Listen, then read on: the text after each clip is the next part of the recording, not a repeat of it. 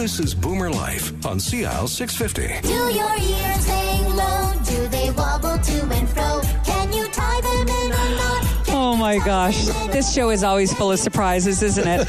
You're listening to Boomer Life on CL650. I'm Joanne Sutton. We used to sing a different version of that song. But today we're talking about the dramatic effects of hearing loss and some of the solutions that you will find with NextGen Hearing.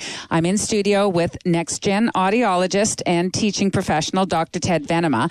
So Dr. Ted, we're going to focus the cameras on you right now. I would like you to share some of your expertise with us on how audiologists play such an important role in early detection of hearing issues. Can you explain that and help us along? Sure. Audiologists are like optometrists. They're not physicians. We don't do surgery, but we do specialize in identifying, testing hearing and hearing loss in all populations, from infants all the way to elderly people. And the audiologist is also trained in balance assessment, is also trained in doing brain waves, because if you're testing, let's say, for example, a 6-month-old infant, how are you ever going to know if they can hear you or not? Exactly. And the audiologist takes pediatric courses to learn how to test babies. And so the audiologist for the ear is like the optometrist for the eye. They have a university degree, they have a master's degree, and they work in tandem with physicians, but they also work in tandem with hearing instrument practitioners. And a hearing instrument practitioner is a graduate of a 2-year college diploma program, kind of like optician compared to optometrist. So the HIP also can test hearing and prescribe and fit hearing aids, but their scope of practice is more limited to adult testing. The audiologist does the same thing, but has a wider scope of practice, can also test infants and gets more into specialized testing for various weird pathologies of the ear. So can we talk now a little bit about what's new, or hearing testing? We certainly know it's come a very long way, and hearing aids today are not like those of the past. So tell us about some of the advances in technology. Well, there's lots to say there. For the first part, hearing testing. At NextGen, you can do an online hearing test. Oh, okay. Yep. And it'll give you an idea. Just go onto their website, NEXGEN, no T, and go in there and you can see where you can do your own kind of a hearing test and pull yourself through that. You can also chat online with someone live, so it makes it painlessly easy to get a hearing test. And then if the hearing test you do online warrants that you might want to come in and get a real person-to-person, face-to-face hearing test, those things are free. Hearing testing is free. You will walk out with information, and information is power.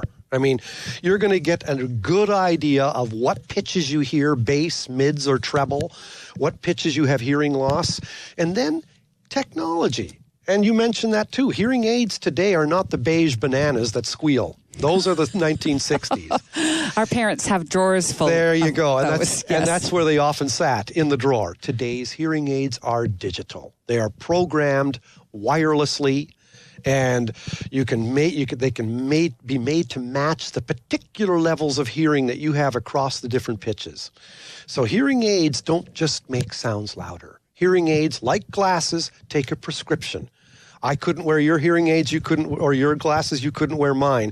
And the similar situation is with hearing aids. A lot of people don't know that. People just think, oh, they make sounds louder. And it's just so not true. I thank you for clarifying that, because I think that's one of the biggest myths of your industry as well. Yeah, hearing loss is a strange thing. You can't see it. People believe what they see. So they see the white cane of someone who's blind and the arm goes out to help. Mm-hmm.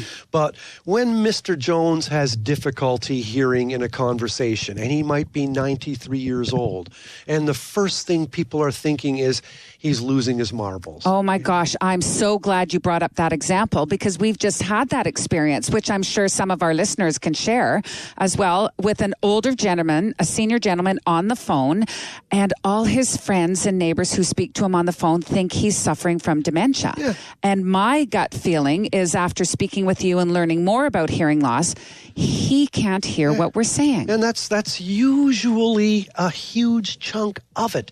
Hearing loss is confused with willful disobedience in kids. The teacher will think the child just isn't listening, and maybe the child isn't quite hearing everything, you know. And at the other end of the spectrum, in our elderly, hearing loss is often confused with cognitive decline and dementia, and it's not always related. No, and there is some relationship. I mean, if someone was at the verge of cognitive decline and then is sitting there isolated because he or she can't hear.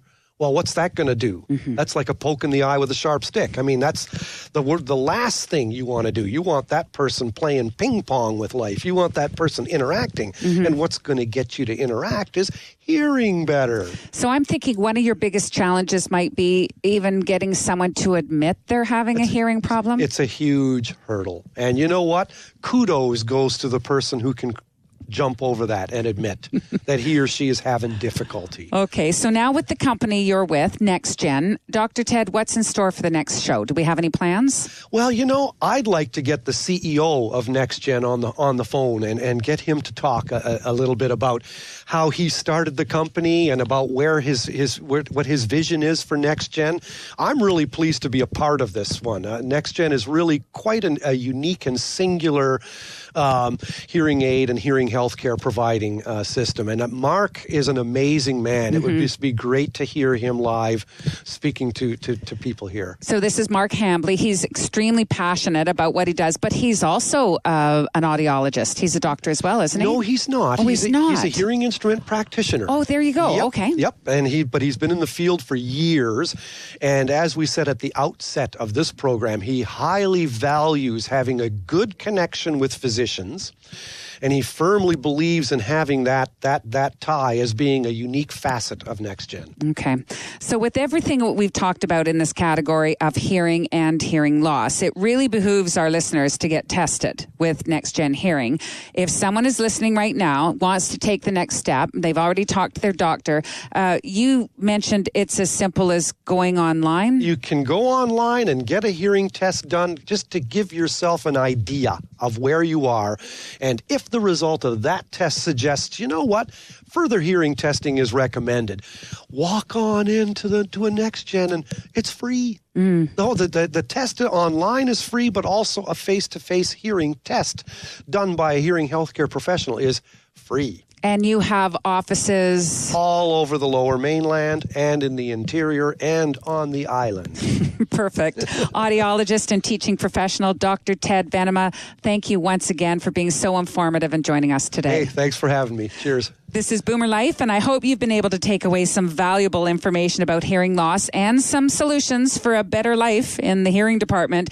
Of course, if you have any questions, please visit the website. That would be nextgenhearing.com. So that's NEXGEN hearing.com. Thanks once again for joining us today. I'm Joanne Sutton. This is Boomer Life on CL 650.